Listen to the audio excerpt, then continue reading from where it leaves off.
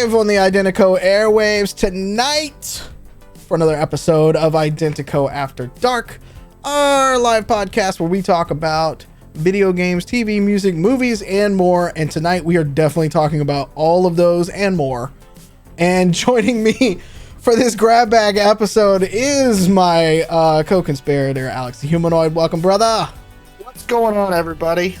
Hope everybody's staying sane out there in the crazy. Oh my goodness, it is crazy out there.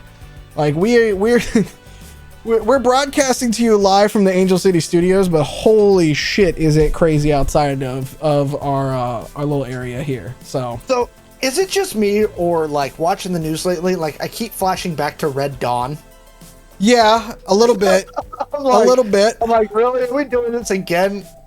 Yeah. The Russians thing. Yeah. I love how we spent 10 minutes pre-show trying to fix your mic and you still cut out right there. I don't know what it is. We're going to figure it out. That's okay. Yeah. But yeah. Red Dawn reference because Russia, because I hope you all are staying sane out there. I swear, I stay up on all this stuff and it drives me half in the bag. Yeah. Most of the time. I think for sanity, you almost like ignorance is a little bit of bliss right now, or at least a little bit of those, a little bit of time to get away from it all. This is not that show, by the way. We're not going to help you get away from it all tonight. Join us on Monday for Chaos Incorporated when we get away from it then, and you can just like unplug and just enjoy some fun tabletop role play. We'll do that then. Yeah. Jessica in the chat is like half in the bag. Okay. Yeah, half. Oh goodness. Yeah.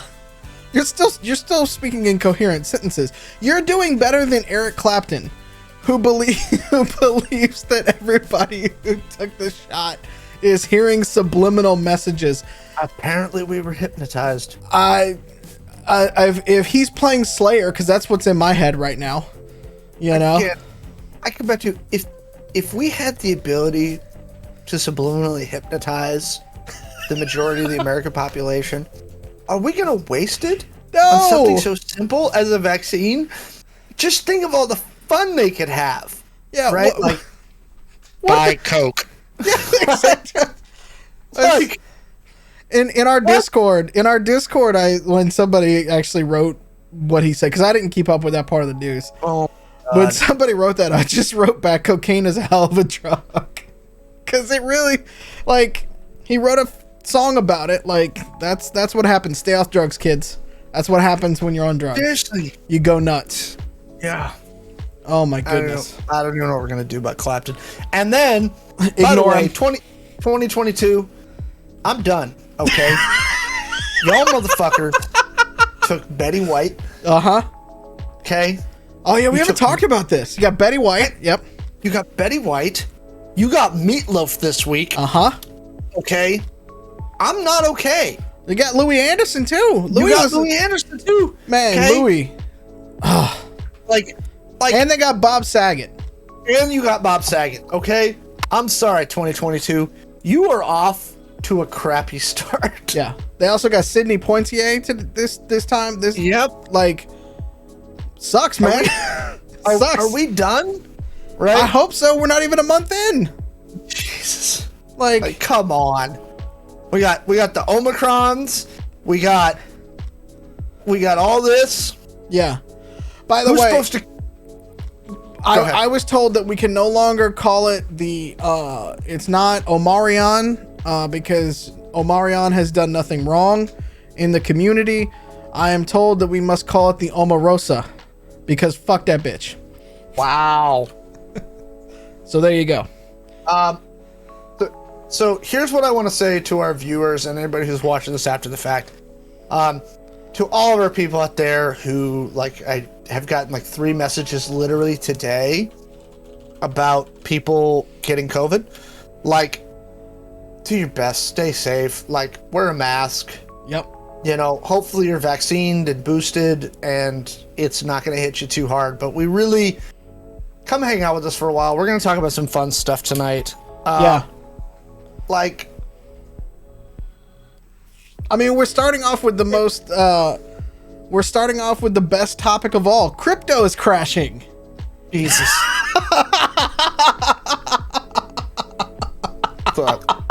So, just so the audience doesn't know, we're not fucking because I'm 99% sure this is true. Neither Mallo or I have invested in the crypto market. Nope. Both Mallo and I have followed it closely. We wrote cryptocurrencies into IDENTECO in the way that we think they should function, and in the way that we felt they would function in the future. But it's like, so neither one of us are fucking because we're invested in this, because we're not. Yeah. We're doing this because we're just like, what are y'all thinking? Like, by the way, Tesla's having a really bad day, right? They dumped a bunch into Bitcoin. I really wonder how much they lost off their balance sheet. Yeah. With that Bitcoin crash. That's a lot of money. They had at the beginning at least 1.5 billion, I think they had invested in it. At least with a B, billion. Yeah, NFTs are still riding the wave. Don't worry, they'll follow suit very soon. By the way, I don't know, did you get this notification? I want to talk about this notification on Twitter. Speaking of NFTs. I finally so we were at your store. You got that? Finally, after a few weeks, or at least about a week or so, yes, I got the turn your profile photo into an NFT. And I've gotten it twice now, and I'm like, Twitter, don't be fucking around. No, I'm not here for it. I am an entertainer by night. Wait, that sounds wrong. I mean, technically, here's the funny thing. All right, so this has been making the rounds amongst us streamers here too. Because of the way that you get payouts now, and the tax code has changed and stuff like that through PayPal and all that shit. There's some newer streamers that I know that are trying to go full time, and they're doing their taxes for the first time this year. No. And they've had to do things like put down male entertainment person or something like male online entertainer, and like the weirdest like things that like qualify. I get like it's technically true, I guess. Like, I identify as a man. I am online, and I hopefully am entertaining. Some people can dispute that, but it's interesting. So to get back to it, Tesla dumped about $250 million in February. So they're down to 1.26 billion in Bitcoin. So in the last week, they've lost probably, let's go 6 months. If they invested at the top point, and they were pretty close, they've lost about $750 million. It's okay. Elon's got plenty in there. It's fine. I don't care who you are or how rich you are. Losing $750 million, that'll make your butt pucker.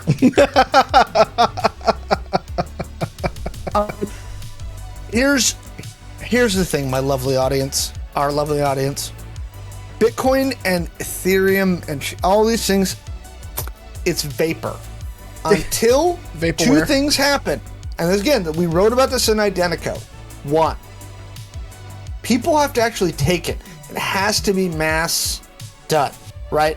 I know the idea of the governments have nothing to do with it, and that's a nice idea on paper, right? But until you can pay your taxes directly to the IRS in Bitcoin, it don't mean nothing. Okay? Yeah. If I go find a $100 bill on the side of the road tomorrow, that is legal tender, period. Yep. Okay? Finders keepers. I can go to Safeway and buy milk. Yes. Okay? It's a lot of milk for $100. It's a lot of milk for $100. You cannot do that with crypto. It doesn't work the same way. There's intervening transactions that have to happen. And as long as that's the case, it's vapor.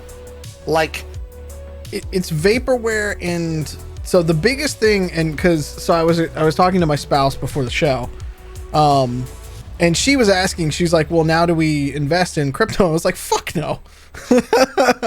Hope this isn't on at the store right now with that expletive. I apologize, but no is the short answer to it.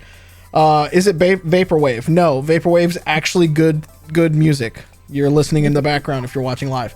But vaporware, like in Identico, and one of the reasons we're bringing this up because obviously this show's tied to our game and all that kind of stuff, but like it is tied to actual fungible currency. To assets, right? Like, and it's part of the Solar Mining Collective within the Identico universe, so there is a way to track its valuation. There isn't a current way to track its valuation besides, as somebody put in the chat here, crypto bros. Like, that's it. Like, that's the only valuation. That's it. It's all made up, right? It's numbers on a chalkboard, which you could argue that, currency alone is that way, but I will be the first one to argue that money is not real until you don't have any. Then it's very real. It's totally fake. But here's the thing: we live in a society, and until society deeply starts using Bitcoin or other cryptocurrencies, it's just not going to do anything. My money's on the new one you introduced me to right before the show, Shiba Inu. Yes. Shiba Inu? Oh, you haven't been playing with Shiba Inu? I don't know. There's dog coin. I want cat coin. Can I get kitty coin? I don't care about Dogecoin. I want kitty coin. Invest in cats. Always invest in cats. Dogecoin is not having the complete dumpster fire that Bitcoin and Ethereum and Shiba Inu are, but it is still down about 20%. Down 20%. Yeah. Down 20% this week. Bitcoin is down what, 50, 60% of what it was? Yeah. Because it's crashed twice in the past couple of weeks. From its high, yeah. So there was a big crash in January, but now there's been another one. Here's the other thing too, and not to freak out. Yeah, Ethereum's another one of the ones. Ethereum is down. I have that price. It's ethereal. From its high, it's down over 50%. Ooh. Ethereum has really taken a bath. What about unobtainium? How's that? I don't know. There's so many cryptocurrencies out there. I would not be surprised. Do you think as an experiment we could actually create souls? There is an unobtainium crypto. Yes. Son of a bitch. There's unobtainium. Oh my god. It right now. Let's do the 7-day. Oh yeah, it's down 7-day. It's down. Delivered in courier van. 25%. Yes, the NFTs are mostly Ethereum based. Nice, thank you, Bit. Yeah. So, I mean, here's the thing, and we can hope it's wrong. The fact of the matter is we might be in 3 bubbles right now. Yes. And that's a problem. Okay? We've never been in 3 bubbles at once. Not at a single time. Well, there was one time in college. Hey, don't threaten me with a good time. If we're in 3 bubbles right now, we're in deep crap. Now, the prevailing theory right now is the reason crypto's taking a dump is that a bunch of crypto people are worried that crypto's in a bubble, so they're moving them to more stable assets like blue chip stocks and real estate. Yes. Which is its own problem because real estate right now, we're about to see some dominoes happen. So, like, Mallo's heard me, like, I can go on because this is something I do as a hobby because I'm silly. Yes. I could go on for like an hour about what's happening right now. I've been kind of waiting for a dump for a while. I hope it doesn't happen. But it's weird territory, and crypto doing what it's doing is, let's call it, it's not a good sign. Yeah. But there is a positive that Mallo found. Mallo was the one that brought this up. There is a positive to crypto taking a dump. Yes. Mallo, tell us what that positive is. GPUs! We might be able to build computers again. Because I still can't find a fucking GPU, just like in the real world, I can't find one in Tarkov either. All the people I run with in Tarkov have found GPUs all the time. I can't find a one even in a freaking video game. Now, this happened actually, and the reason I was like, oh yeah, because there was a point a few years ago where the same thing happened, right? Where crypto took a dump and GPUs dropped because a bunch of people got out of mining. So there is a reasonably good chance that if crypto continues taking a dump, that GPUs will drop significantly back in price. I remember the heady days of 2014. Ah, yes, the before times. I'm sorry. You have to address it in its full name. It's 2014 BC, before COVID. Yep. So in 2014 BC, I could just go online and order a brand new TI graphics card from EVGA, and it was like $200, right? And I put it in my old gaming rig. Do you remember that? Yes. And Mallo was like, "Oh, that should be a good one," because it was the 750 Ti. This was 2014, 7 years ago. And Mallo, I remember talking to Mallo and Ye about it, and I was like, "What do you think?" And they were like, "Oh yeah, that looks," I was like, "Yeah, I'm gonna get my nice." But here's the thing: I got my brand new, just released from NVIDIA graphics card with no issues. Yeah. I just went to the website, and I was like, "Here's my $200," and they shipped me my brand new EVGA NVIDIA GTX 750 Ti. I have to pause you just for a second, because yes, I would like to upgrade the stream box and the render machine over here with some new stuff. Yes. But I would like to just point out that somebody just tweeted us at you on Twitch, on twitter.com/Identico. Pumped Shiba. Pumped Shiba is a meme token with utility. Burn rate: 1% of each transaction plus 95% of the initial supply burned. Liquidity locked. 12 months locked, as we have long-term vision. Telegram. Did somebody really tweet us back? Shit you not, it just came up. It is a picture of a it's a picture of a Shiba Inu with a backwards baseball cap flexing. Oh, wow. Yes, please go look at the Identico Twitter right now. That might be the funniest shit, because I'm sure it's a bot that saw us talking about crypto. Really? And you really think it's a bot? It's Mary Smith 1584514. Oh. God, I love the internet sometimes. Oh my goodness. Oh. The 3050 is about to launch with some issues. Pumped Shiba, by the way, with the Telegram link, their name of their website is "We Bring the Fitness Industry and the Crypto Space Together." I'm not clicking to read the rest of it, but that's the elevator pitch they just gave us. First off, okay, there was a time in my life when I did 2 days at the gym and I did all kinds of that shit.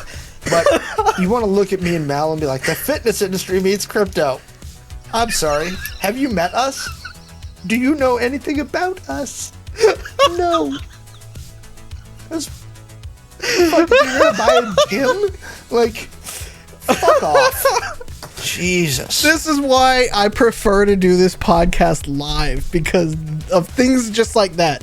Because of you, chat, and because of random things like that just happened. Oh my god. Congratulations, bot. You just made content for us. I appreciate that. I really do, actually. Oh my goodness. That's freaking amazing. Let's talk 3050s. Yes, it does kind of look like they're going to have a few issues.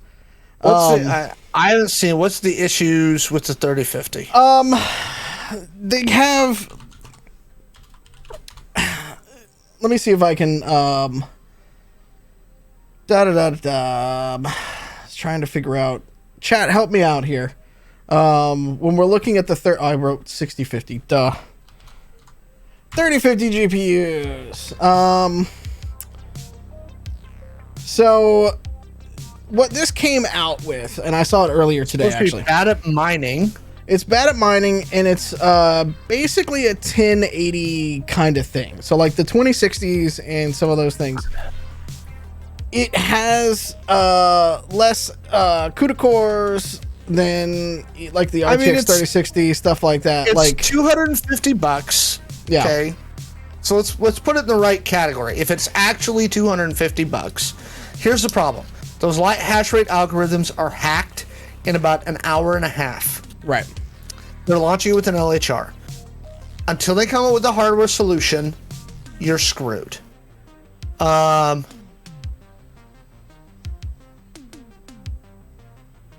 reading just like the tolerable like 1080p and stuff like that. I mean, here's the thing. It doesn't appear. Hang on, let me look at the thing. Chat, you're a CUDA core. Thank you, Boo. You're a CUDA core. What's the other issue? Is it the overheating? Tip, what's the other issue that they're pointing out with this? Because there's like 18 articles that came out today about it. So, I mean, Port Royal ray tracing. I mean, PC Gamer basically just said, sorry, you're yelling. It's the 3050, Joe. The PC Gamer basically just straight up calls it a 1660 Ti. That's it. I mean, I haven't seen it next to the 1660 Ti, but if you compare it to the 3060 Ti, well, it's not even close because that's an actual card. or the Radeon RX 6600, I'm looking at the benchmarks for it right now. I mean, here's the thing: for $250, if you're just trying to get like a baseline gaming PC, it's serviceable. Yeah. Here's the thing, and this is something I tell a lot of people, right? My wife and I both have gaming rigs. She actually has a better rig right now than I do because I managed to find one in stock that had a 3060 in it. And when I bought it, she was like, "Is it good?" I'm like, "It's got a 3060 in it." Like, I could pull that card out and sell it for more than the computer I just bought, right? For her. Yeah. We have to always remember, it's not, for a lot of us, it's about peak performance. Here's the thing. I always judge it by, will it outperform a console? Right. Right? In this case, it will not. It will not. I mean, it'll run Destiny 1440 at 60 frames per second. Destiny 2.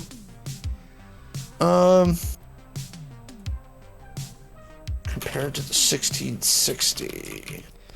It still won't, as I can tell, it still will not. Effectively, the 1660 Ti. Yeah. Nice. Okay, here we go. Chat says it's the Intel Celeron of the NVIDIA line. More transistors, less, more CUDA cores. And it's got, according to chat right here, Tip is saying that the 3050s that they sent out to reviewers was the $330 models and not the $250 models. And again, $330 for a fucking graphics card in this day and age is a steal. It is. If they don't have the scalper problem. Yeah. Right. So long as it works, then yes, but... 1,000 more CUDA cores, clock speed's a little higher. Boost clock speed's a little higher. It's got 8 gigs of GDDR6. I mean, it's a little better than the 1660 Ti. But here's the thing. When I went to Costco today, and you know they keep gaming PCs there in stock. Yeah. They're still selling them with 1660 Ti's. Yes. Like brand new out of box. That's what's in it right now. Some of them. Yeah. This looks marginally better. You can get, but you can get an Alienware that's better from a lot of places. You can get it like an Alienware or a C-Suite or something like that for probably comparably to what you can get at Costco, maybe a little more, but you're getting better value ultimately. Yeah. I would say this. If you are looking to get into PC gaming, right, and you're looking for something serviceable that you can throw in until you get a better card, right, and actually... that's where I would use it. is because RAM's still pretty cheap, motherboards are cheap, processors aren't too crazy right now. Graphics card's what's going to kill you. Yes. With this, you could probably get into a pretty reasonable gaming PC for less than $700, $750, and then upgrade the card later and not lose a whole lot. Joe would like to argue with you that $330, $250 for a card that performs no better than 2 generations old is nowhere near a steal. He's on fire tonight. Hang on, I'm gonna pull up the card that I have in my box right now that I bought from a system integrator and tell you how much I could sell it for on fucking eBay right now. Okay. My computer I bought in November of 2020. Okay, so it's about a year and some change old. All right? to play what game? Cyberpunk 2077. Yep. Okay? Now, if I pulled the card out of my computer right now, because it's the EVGA, no, it's the gigabyte. Sorry. I will tell you. Chat's on fire tonight, by the way. Y'all are on fire tonight. Chat's great. Okay, here it is. The Gigabyte GeForce RTX 2080. If I pulled the card out of my computer right now, which is still over a year old, it would sell for $900. Uh-huh.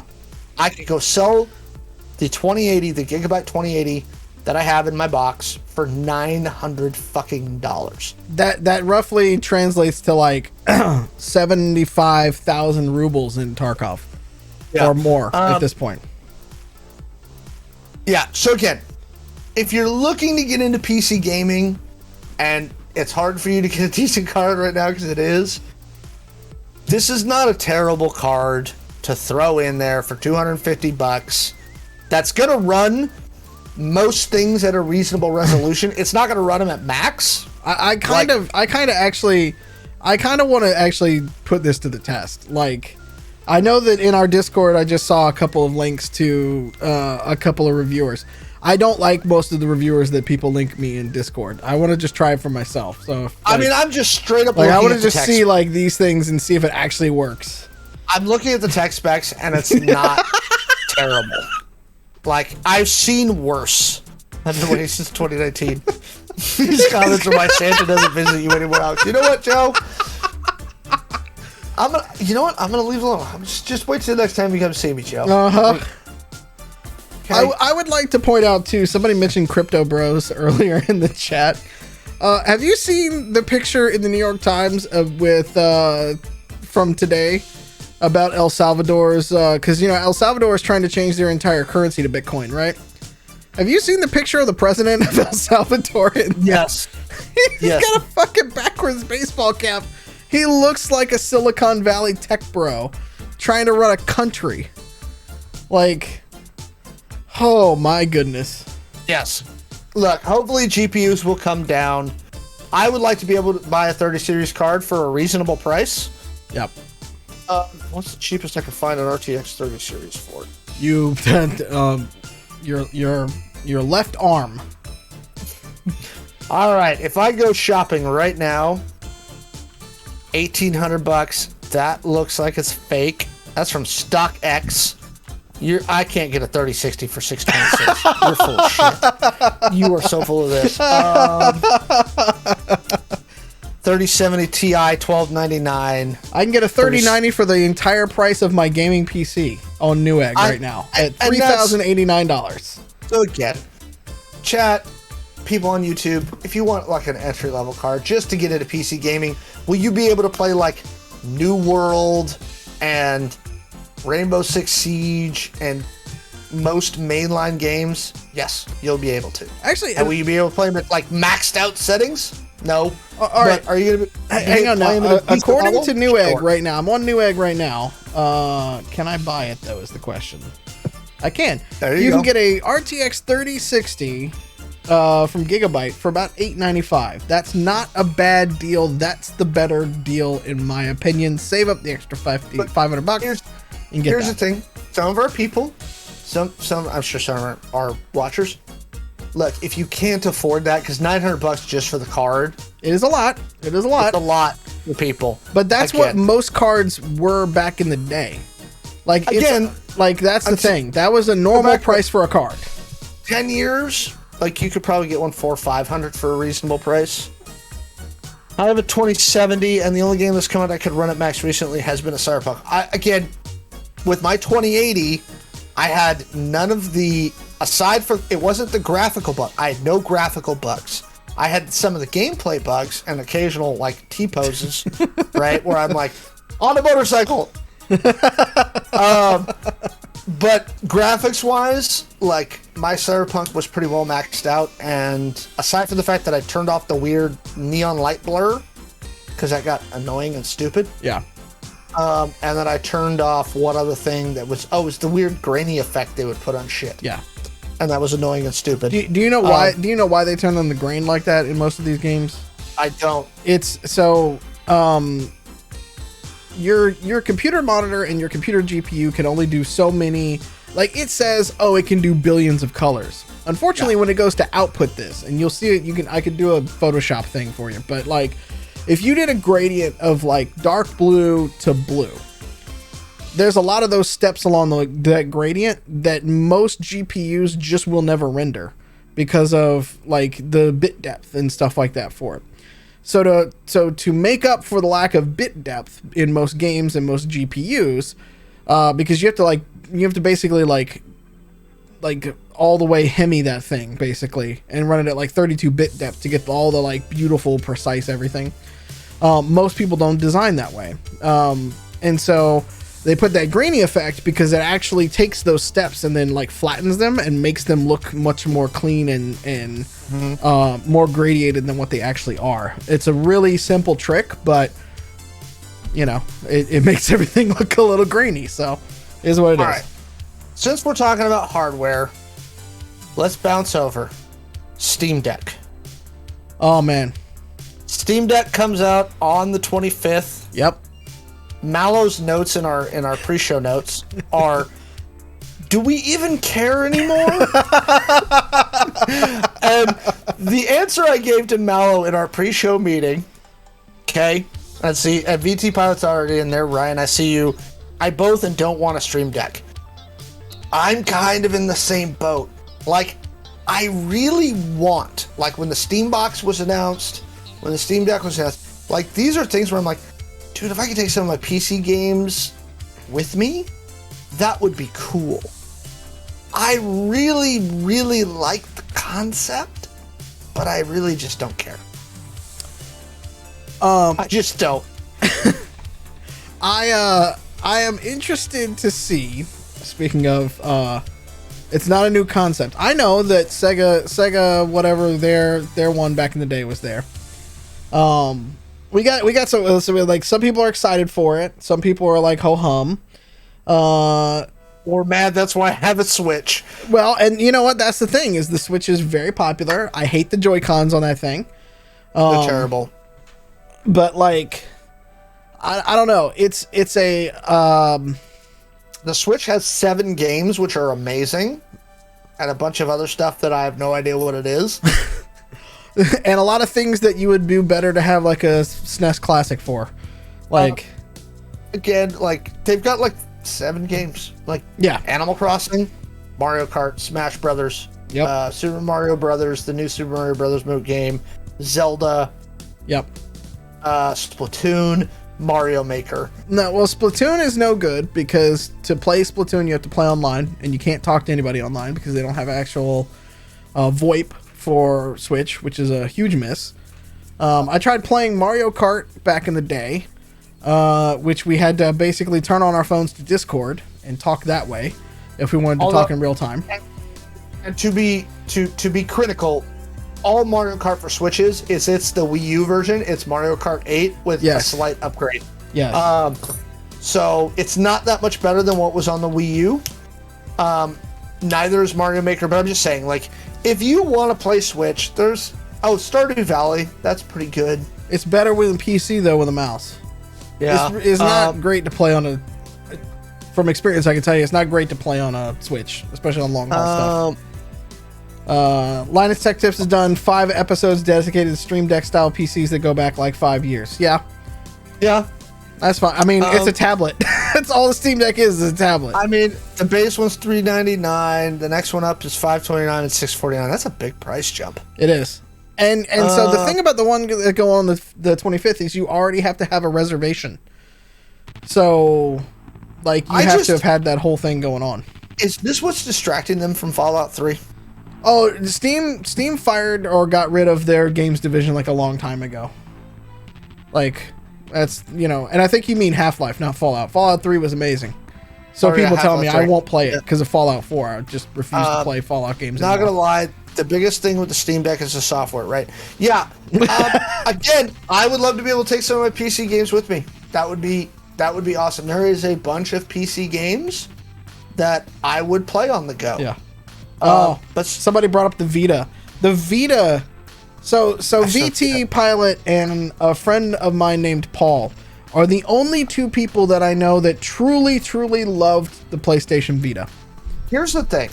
I had the precursor to the Vita, the PSP, which had the little mini discs. Yes. I loved the PSP.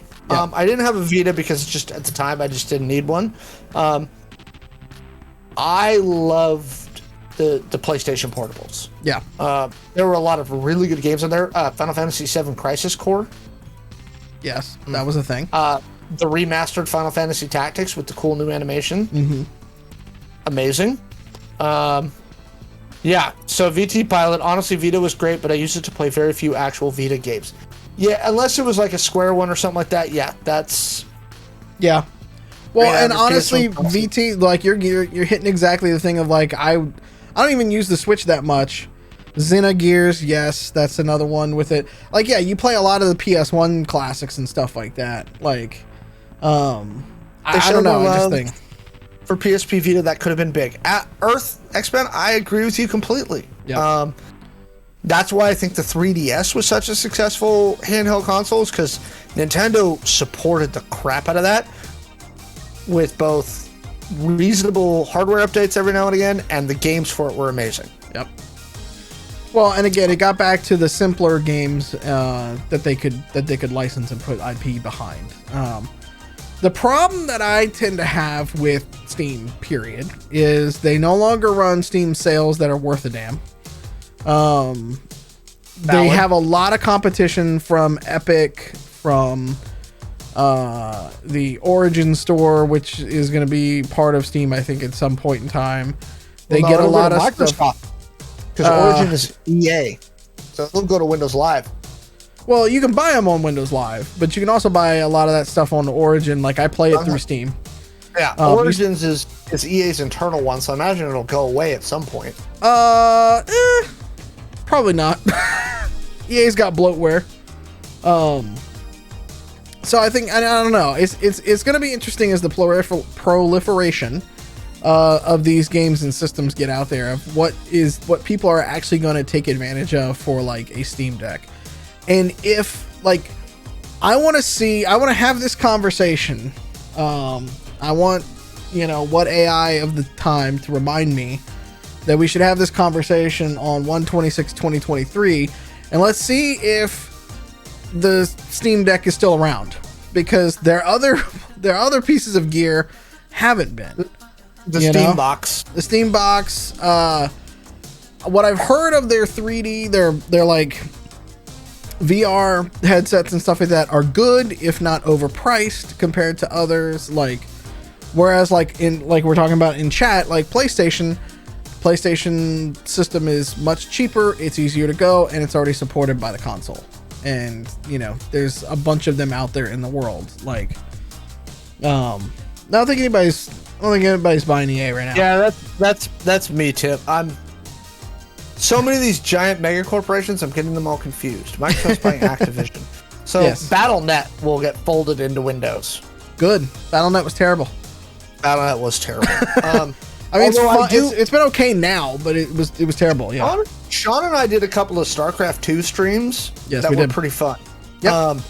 I really loved StarCraft 2. Well, yes, if you code for Xbox, it's easier to go for PC. I mean, we talked about this last week that consoles are essentially just gaming PCs. and have been for some time, with a different UX put over top of them. But like the Xbox can still crash out to a blue screen if it's done properly. So it's speaking of Activision, can't get away from Activision and Blizzard for 1 week because they got to go and do something stupid. Oh, we're gonna talk about this one now? Yeah, we're gonna talk about this one now. So Raven's QA team, Ravensoft, they are the team behind Call of Duty, which is one of the most it is the money maker. Yeah, it's one of the most profitable franchises in the world when it comes to gaming. Their QA team went on strike for working conditions. Surprise of fucking surprises. The Activision, they have since formed a union, which is awesome. But Activision refuses to actually acknowledge their union, which now forces them to go to the National Labor Relations Board and make the appeal so they can have the official vote to ratify their union. Mm-hmm. And Activision shat all over it. Yeah. It's... Again, I don't understand their strategy here.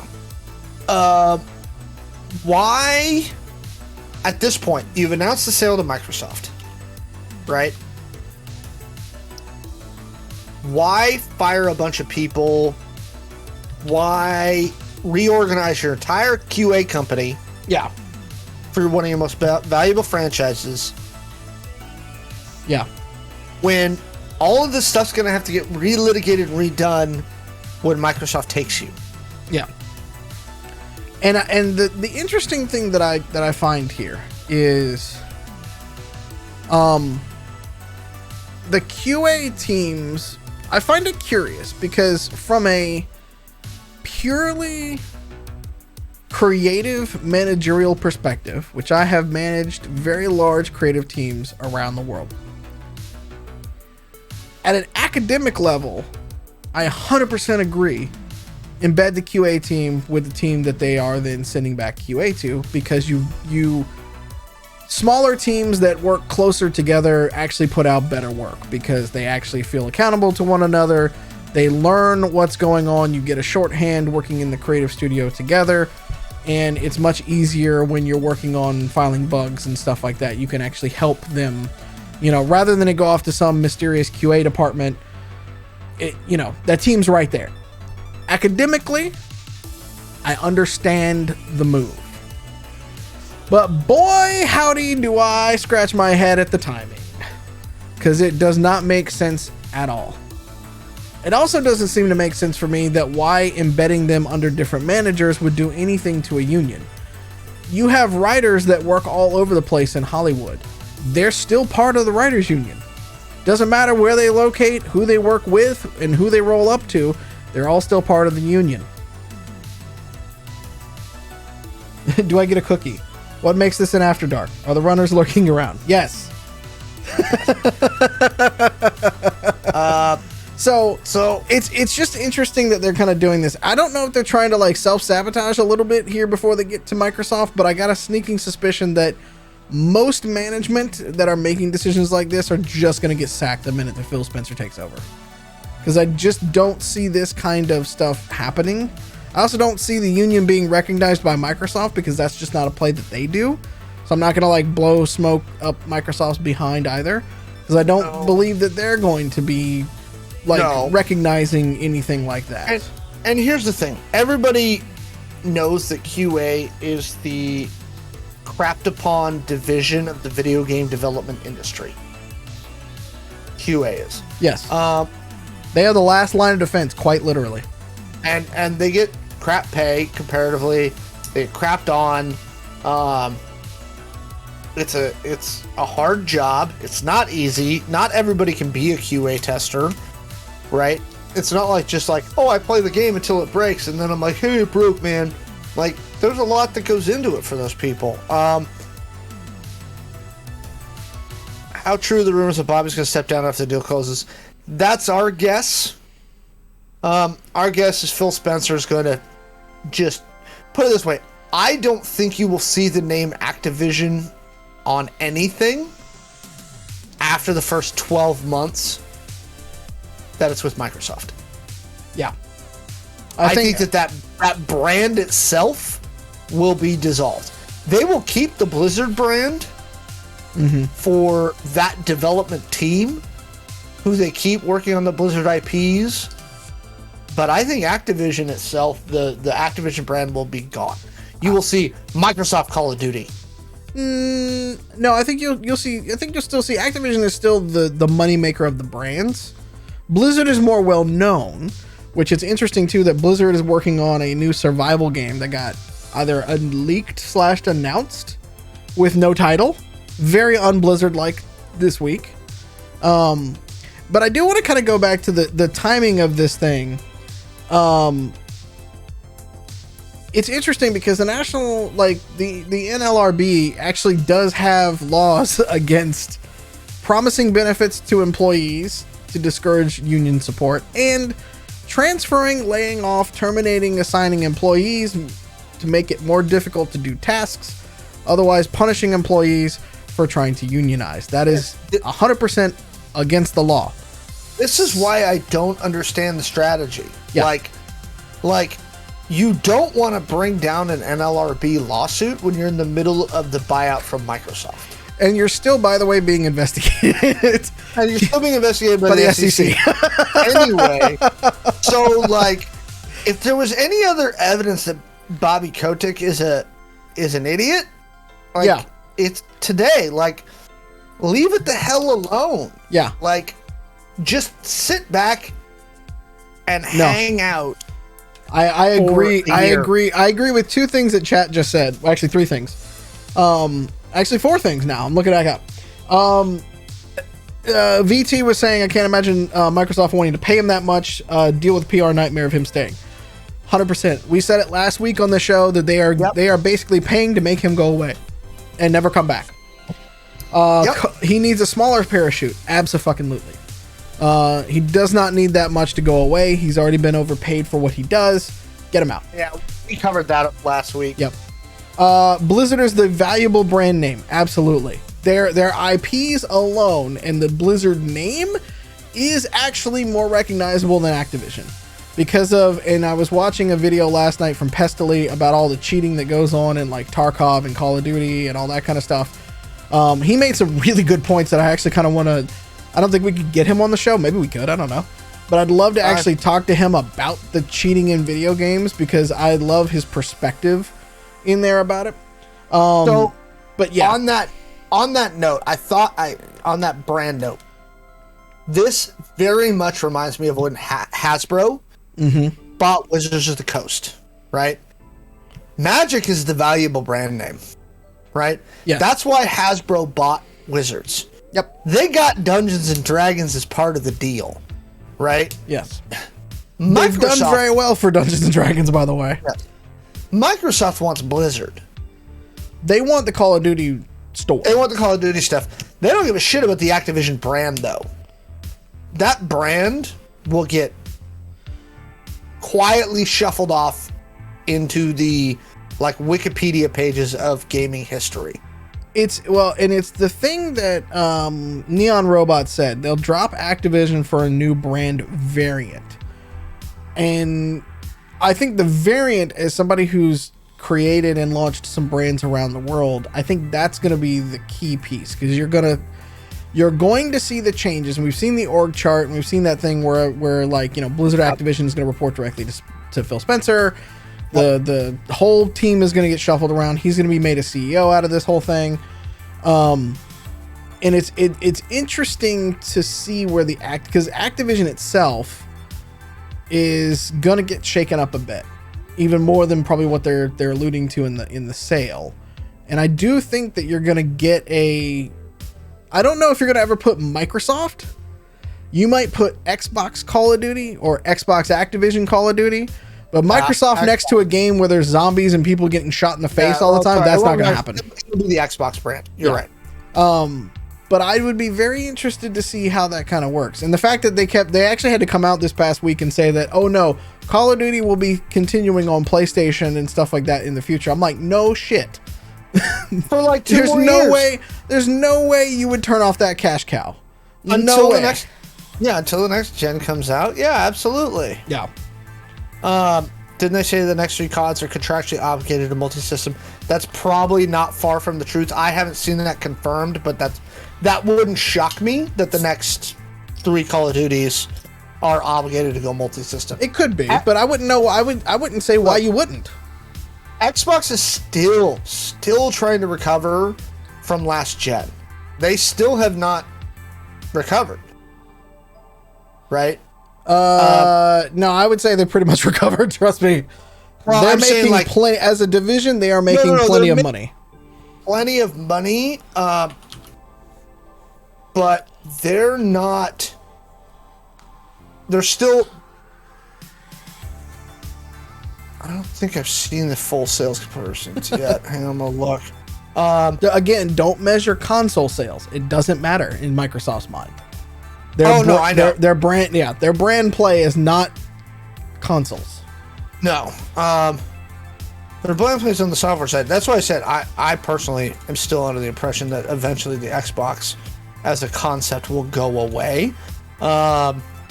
It will be the Steam box. Like, here's the thing. Xbox looked across the street in Bellevue and saw what Steam was trying to do with the Steam box.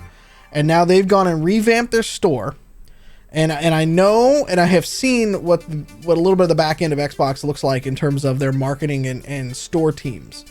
They are revamping their store. They're revamping the Xbox store to be more like Steam, and they're going to make it ubiquitous like that. And they got more time and energy to do that across consoles and PCs. That if Steam doesn't make a play, they are going to get pushed out a little bit because it's going to be better curated than Steam will be. So I'm gonna button hook off what you're saying. 2 things that I'm saying in chat. I can't bring myself to care about Xbox since everything on Xbox is going PC now, and I don't have a potato machine. That being said, Game Pass is great, and that Game Pass is a really solid product. So there's 2 things there. To talk about what they're seeing Steam doing over in Bellevue, absolutely right, and that's what they want Game Pass. They want Game Pass to 100%. Be 100%. That's their push. That being said, it was actually Mallo who convinced me otherwise, because I was half convinced that the Xbox Series X would be the last console that Microsoft released, because in the old days, right, when I bought a Nintendo 64, I didn't have software updates, I didn't have to install a game. Like, I have a PS5 at the store. When we buy a new game for that PS5, it's an hour of installation. Like, it's easier for me to install games on my PC than it is on a console now. So you don't have that convenience factor anymore. Well, now, okay, good. The one upside the consoles still have, if you can get one, is they're still, as long as GPU prices stay where they're at and things are where they are, they're still cheaper than a fucking gaming computer. Yep.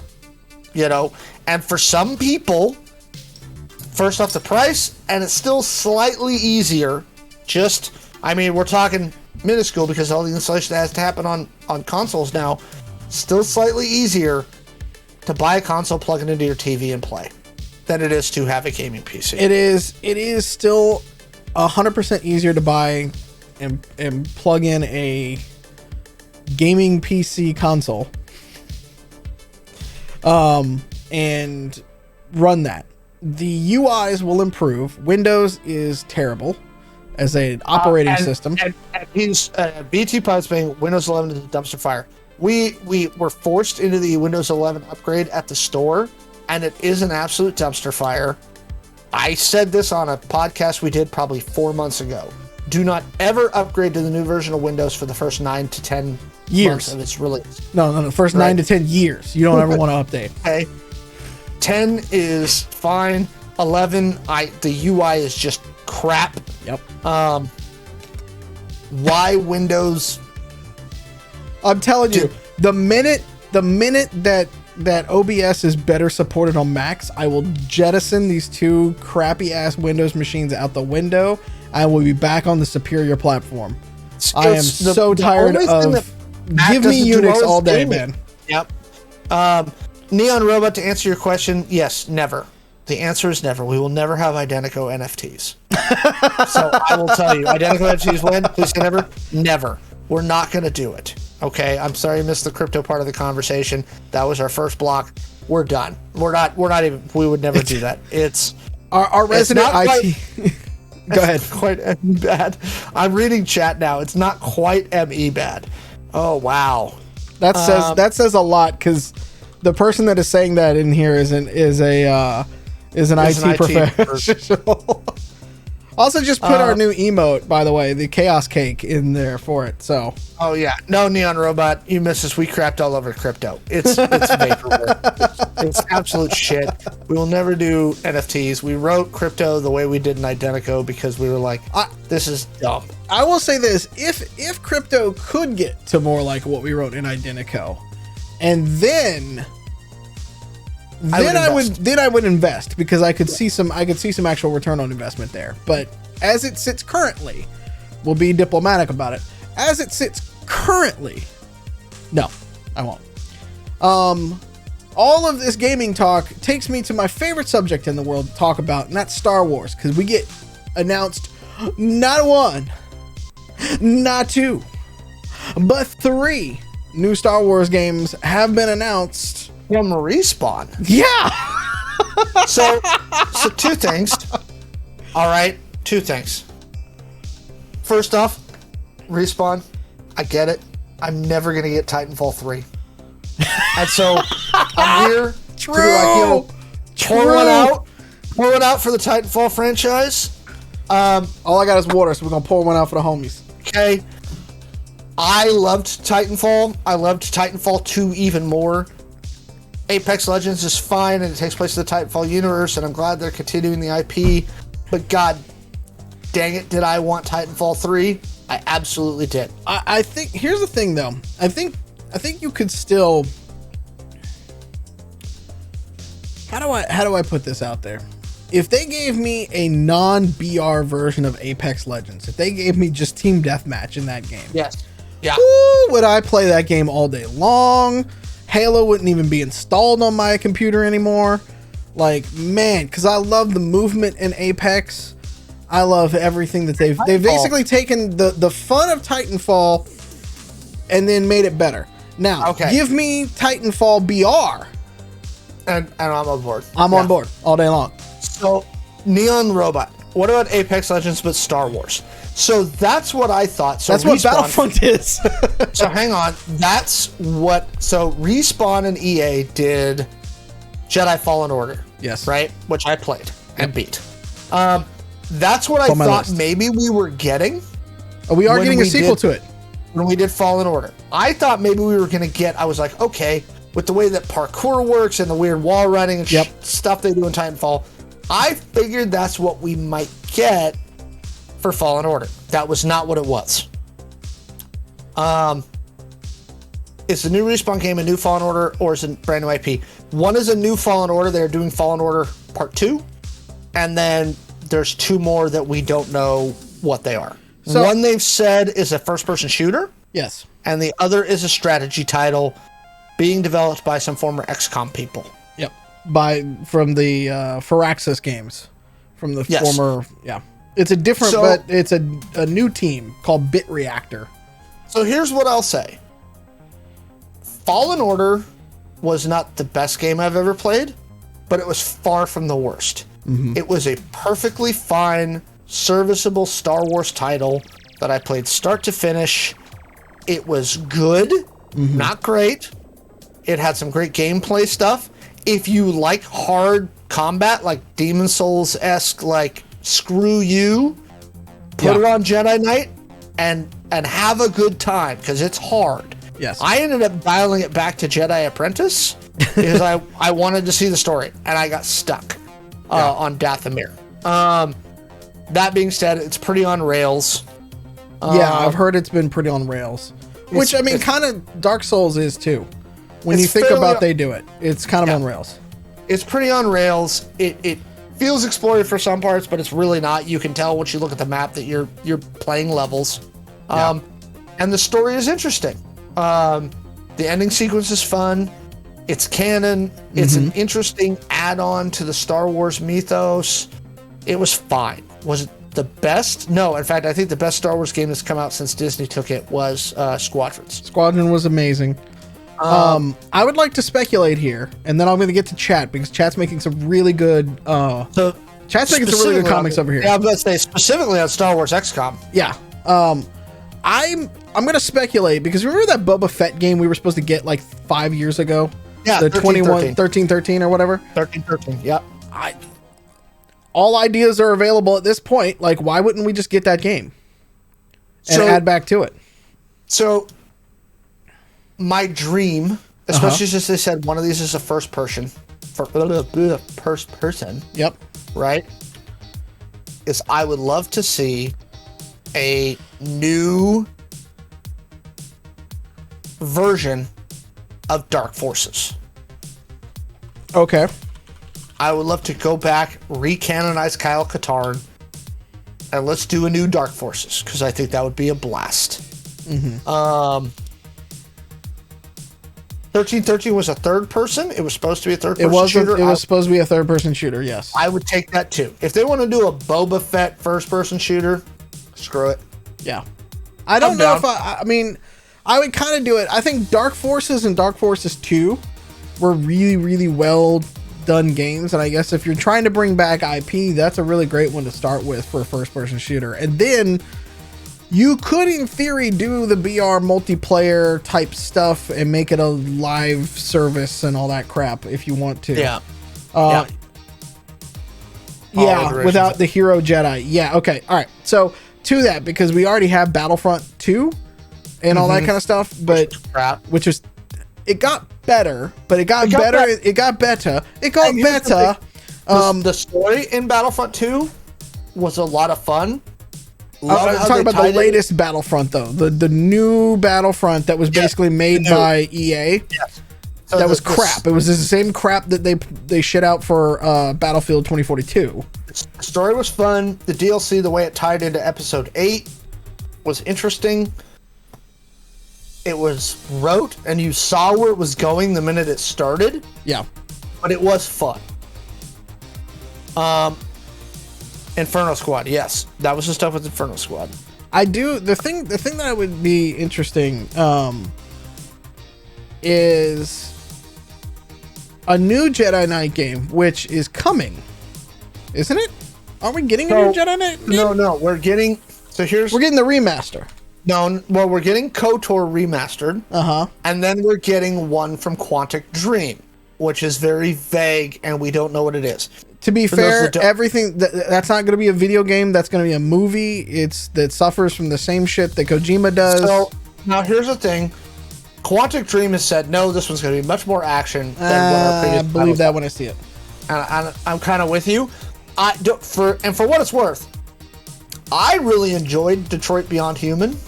I thought it was a really fun experience. It was not a video game. Yes, it was a movie with QTE.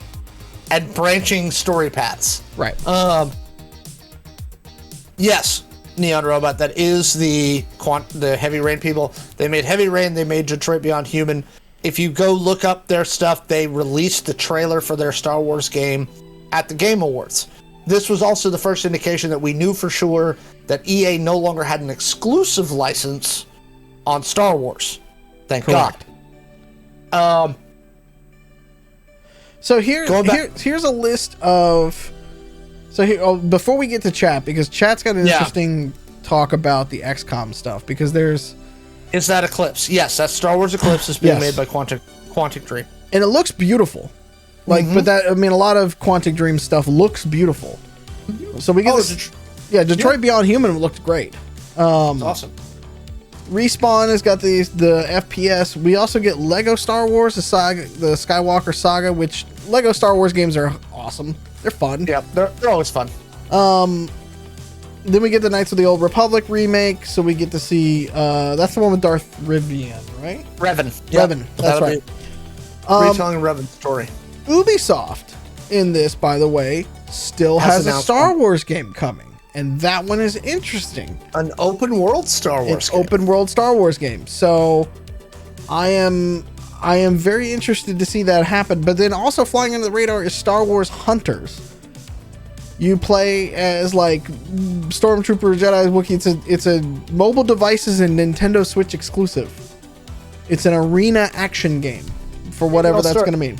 Maybe I'll start buying a Switch then. Maybe. So that's an interesting one that's come back. All right, back to the strategy game. XCOM. Yes. I love the original XCOM. I love the reiterations of XCOM. A Star Wars XCOM, which Neon Robot has mentioned like 3 times in the chat now, would be a blast if it's done right. Yeah. The one that VT was saying was Empire at War. That was a really good RTS. Yep. I had that one. In fact, I still have a copy floating around here somewhere. Remember when we used to install things on CDs? Right. What is that like? That'll say how old that game is. Empire at War was good. It was a solid RTS. It was challenging. It was hard. Yep. I actually don't want any more remakes. The thing that I appreciated about Fallen Order and Squadrons is they were new games. Yeah. Right. Squadrons was technically a remake of X-Wing versus TIE Fighter. Let's be honest about that. But there's only so many things you could... Yeah, the story was new. And the gameplay was something we haven't had in years. So I was okay with that. Oh, and it was solid. And I loved the game. It was the game that almost made me buy a VR headset. Yes. New. Yes, chat. We don't need any more remakes new. I'm with you. Yeah. And so Respawn has done that. They did Jedi Fallen Order.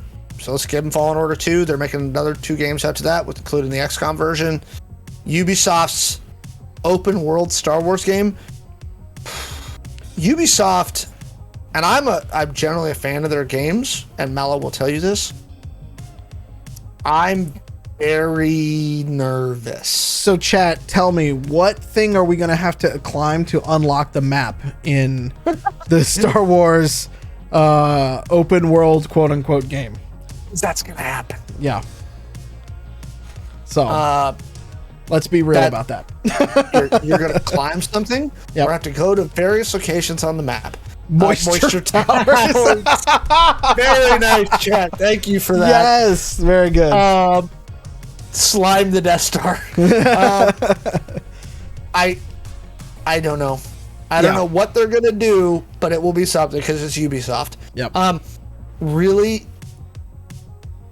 if they take all the crap they learned from the Assassin's Creed franchise and Watch Dogs and applied it to Star Wars and did the best versions of both of those games combined, you could have one of the best Star Wars games that's ever been released. But I don't trust them. True.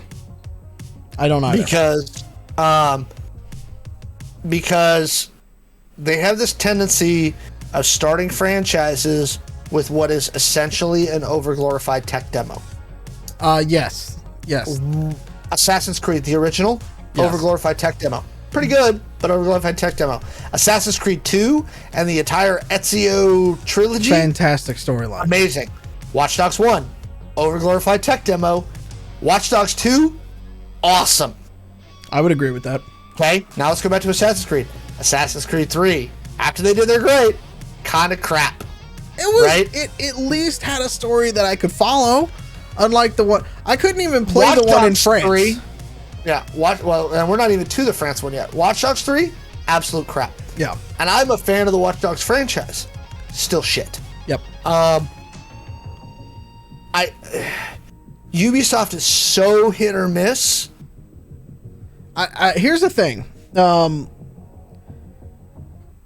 If I need LucasArts, the revamped LucasArts, to do what Lucasfilm is doing with their story department and their creative team. This is interesting. Go watch that Eclipse trailer again.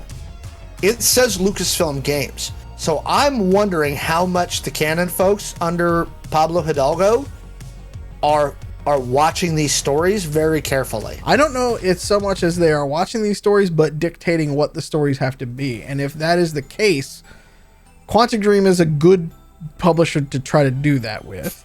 But I would want that kind of consistency throughout the games. That's me.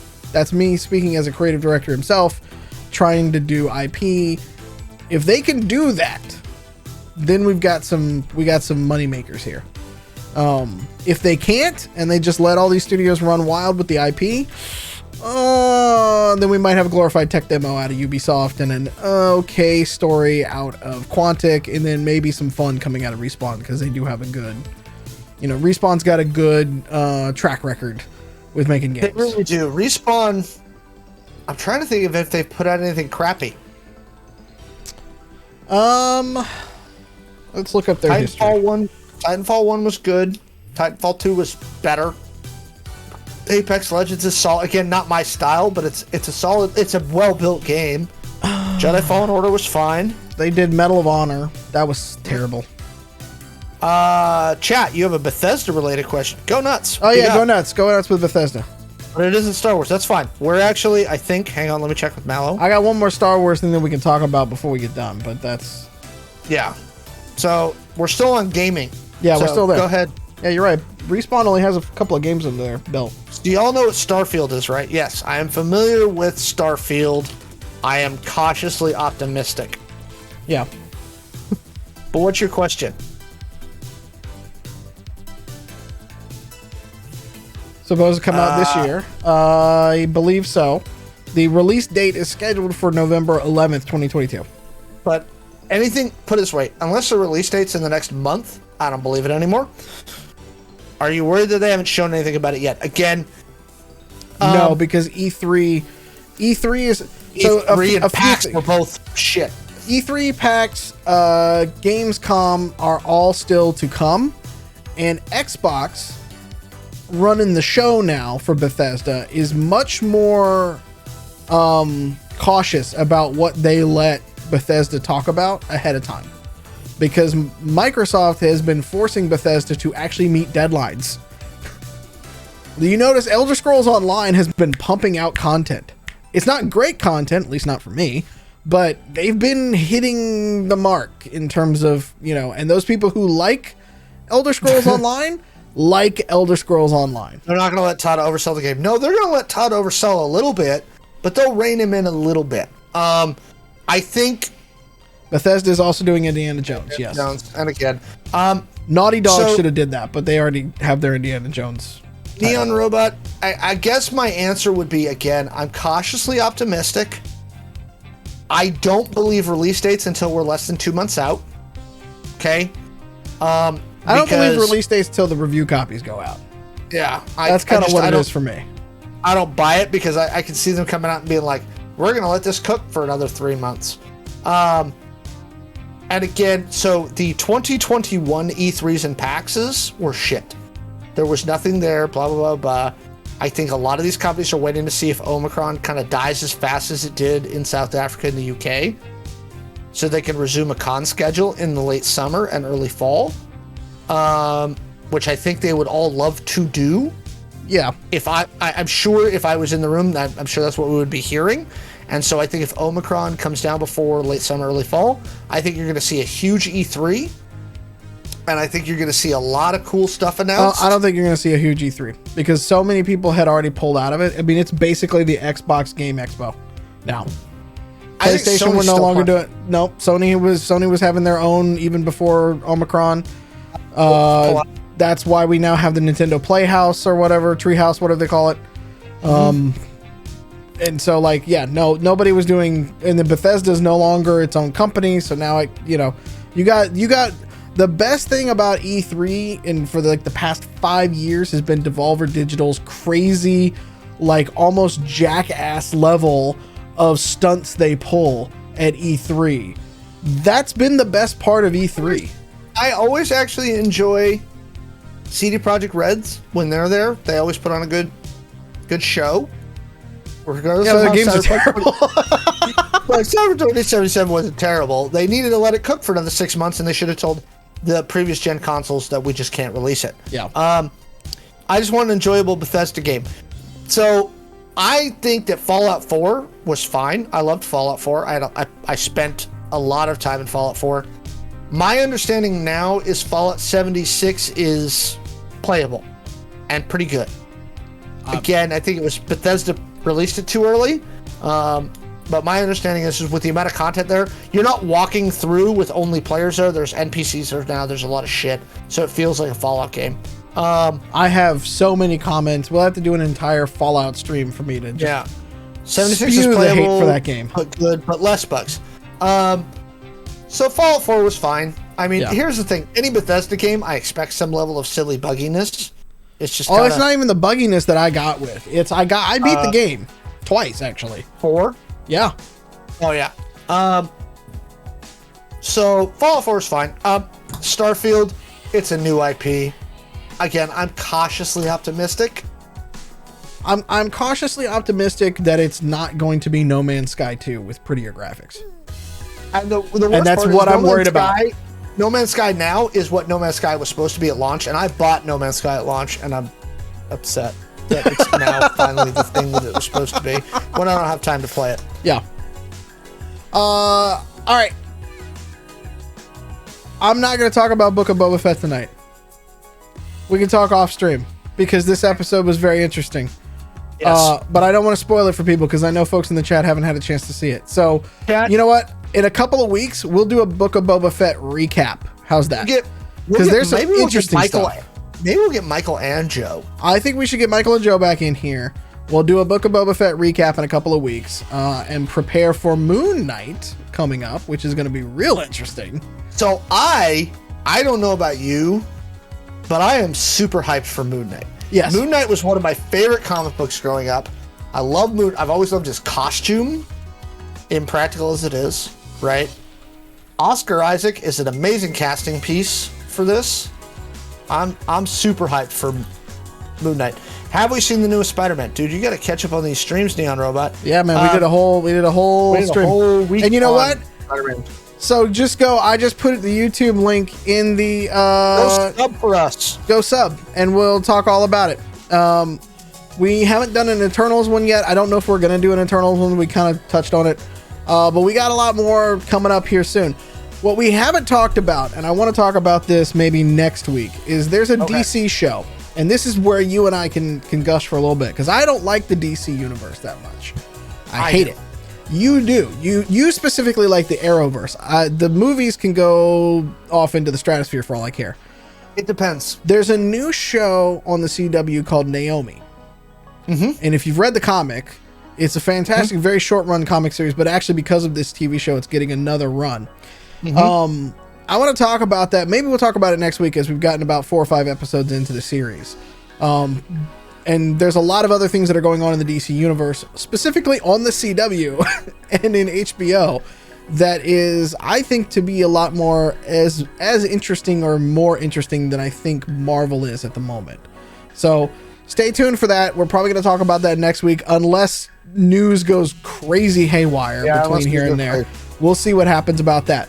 But if we talk about DC, can we talk about the new Batman and the runtime on the new Batman? Yes, we can. We can talk about all of that because I think it all comes together. So next week, we're going to talk DC Universe unless the world goes to shit, and then we'll figure it out from there.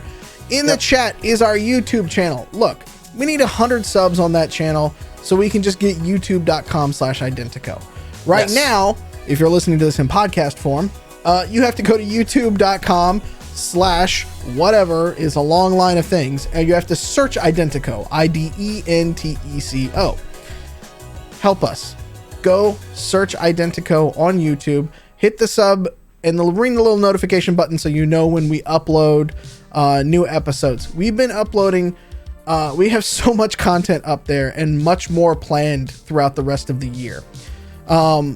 Go there, give us a little support. It's free. It's free to sub. Okay. I appreciate all the people who have, if you've seen us on socials lately, we've got some new followers and subs on YouTube. I want to thank Caitlin, RM Brooks, Bellboz. I think I'm pronouncing that name correctly.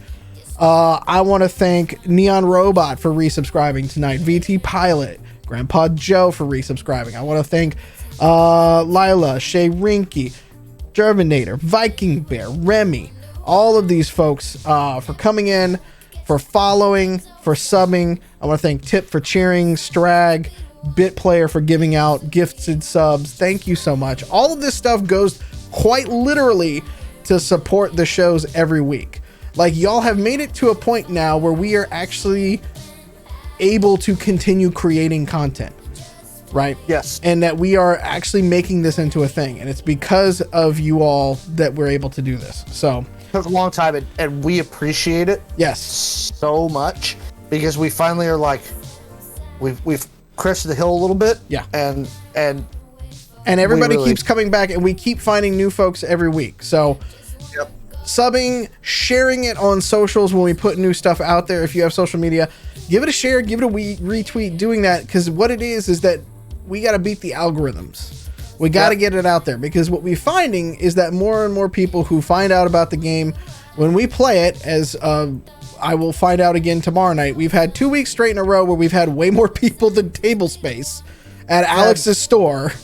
Huge turnouts. And we huge turnouts. And so that's what we were trying to do. We want to spread the love. We want to spread the we want to provide the alternatives in the tabletop space, as well as entertain you all. And we've got a lot of things planned on the horizon for the rest of the year. It's going to be fun. I cannot wait. So if you are there, please give us a sub, give us a like, give us a follow, comment, let everybody else know that you like it. You can also find us at playidenteco.com. I am revamping that site. We have a merch store there. All of that goes to support the show, as well as getting the core rulebook, all of those kind of things. We also have a Hero Forge affiliate link down below in the Twitch. I'm going to be adding it to the show notes, both on podcast and YouTube as well. All of that also goes to support the show, as well as you get to make custom minis. That's really fun. They've also got a new subscription service that comes out. They've got a lot more sci-fi and cyberpunk stuff that is in there now. It's a lot of fun to go make your own mini. I do it sometimes just during meetings at work. I hope my boss doesn't hear that last part of it, but that's the truth.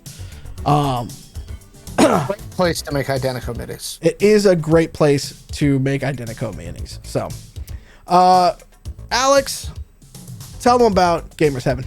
So, we have the store. It's open. Gamers Heaven. Open. We are in Linwood at 5116 196th Street Southwest in Linwood, Washington. Gamers 7. Quiet on my pronunciation. Gamers Heaven. Okay. It's amazing. We have everything from tabletop to esports to literally everything in between. Anything to scratch your nerdy itches. We got anime figures. In fact, I just put a whole bunch on the shelf last night. I think they're having a Pokemon tournament right there right now. We have Smash tournaments coming this Friday, another one. So come see us. You can actually play Identico. You can see us, meet the creators, hang out with us. Not gonna lie, I'm there signing books and doing stuff a lot. They sell a ton of boba. And so a lot of times we'll just come out and hang out and paint minis and just converse with Identico fans. So if you want to know more about the game, if you just want to have fun, if you want to come sample other games, I play along with a lot of folks. We do a ton of wargaming up there, or just tabletop board games and stuff. The board game library is nice and plump nowadays, as well as the whole video game section. They've got a 4K projector. You can play Dark Souls in Gigantovision in crisp 4K. And I might stand behind you and commentate the whole time. I'm just saying it might happen. A lot of fun. Yeah. So, Mallo, are you going to be there Friday? Perhaps. I don't think I have anything anything my books scheduled. For y'all to sign. I want my Identico signed by the creators. Okay, I will at least be there. I will attempt to try to be there. It would have to be after work on Friday, but I will attempt to try to be there for that. We will be there though tomorrow for Identico night, actually.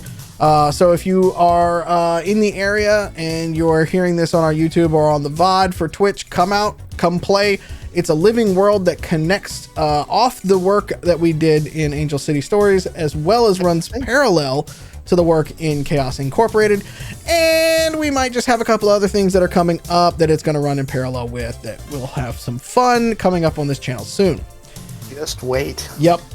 Just wait. If you want to find out anything else about the stuff, you can find us on the socials at Identico.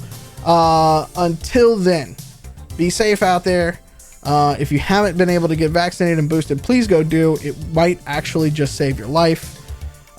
Drink your water, take your vitamins, because I know the wildling is around here somewhere, sneaking around, and she will smack me if I don't say that part.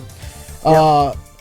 Until then, we love you all. Have a good rest of your night, and we shall bid you adieu. Good night, everybody.